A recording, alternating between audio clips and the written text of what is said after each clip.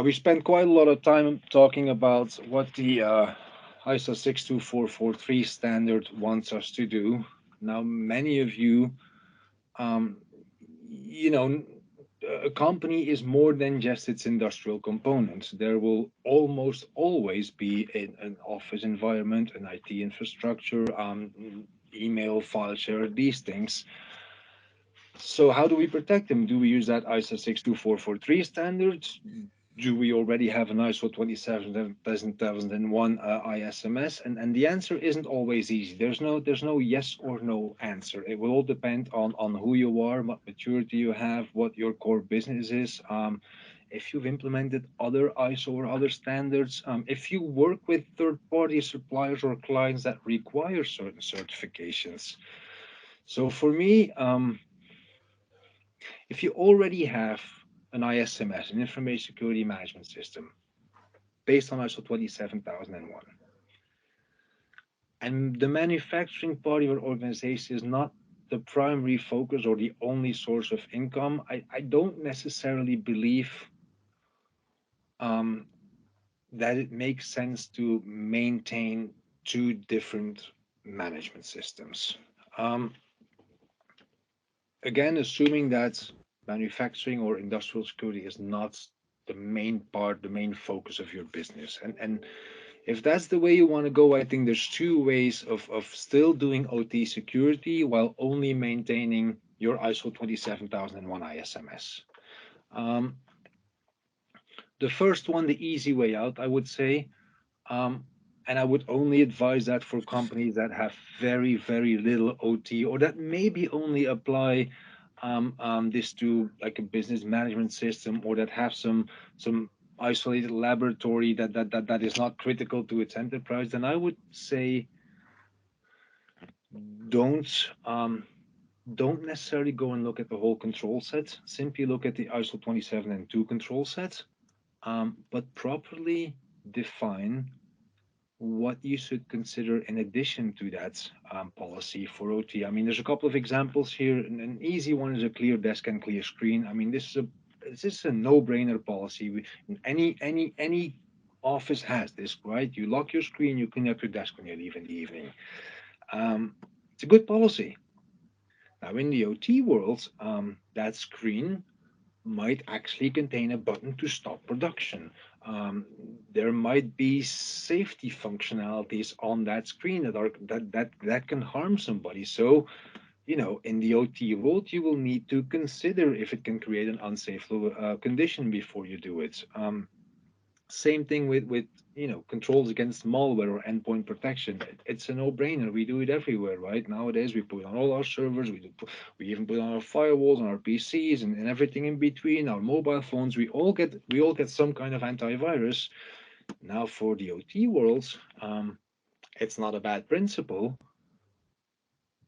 But if you're having older PLCs, older systems, it might simply not even work. It might block, it might stop your production. So you'll need an additional process to investigate if it's compatible, if you're able to do it, and if your vendor is even willing to support it.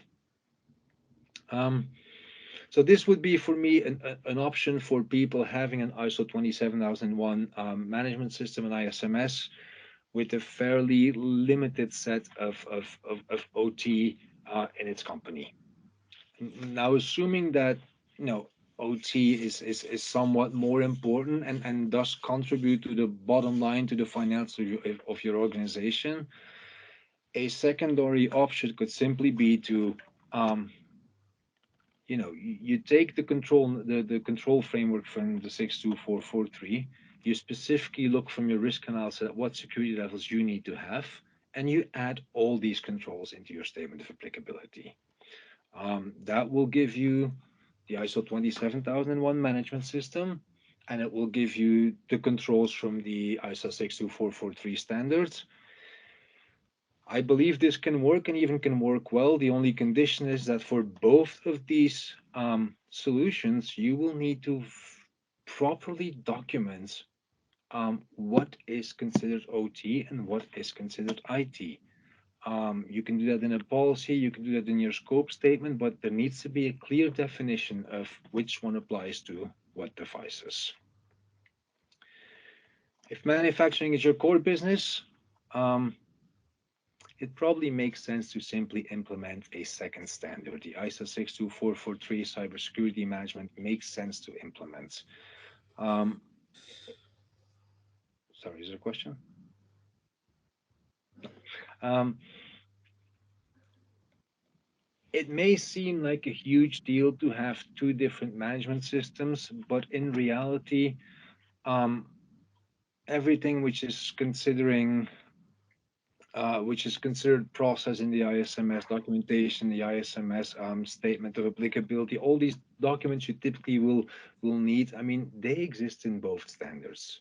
You can use one documented framework for both the ISO 27001 standard and the ISO 62443 standards with some changes such as security levels with some different in risk management. But in reality, if you look at and I apologize, it's still the 2013 version I have here. But if you look at um, what is required for your ISO 27000 ISMS and what is requested for your ISO 62443 CSMS, I mean, you will find the exact same things in there. I mean, the ISO 99 committee is communicating a lot with the 27001 working group. They're doing the same thing with NIST.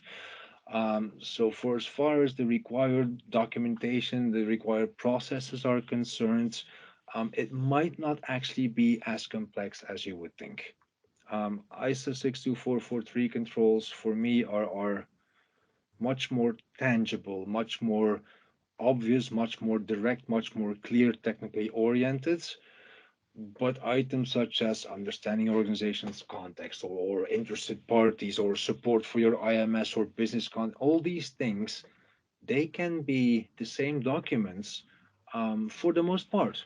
And then sometimes you'll define specific documents for OT and specific documents for IT, but many of them, can just simply be reused for both standards.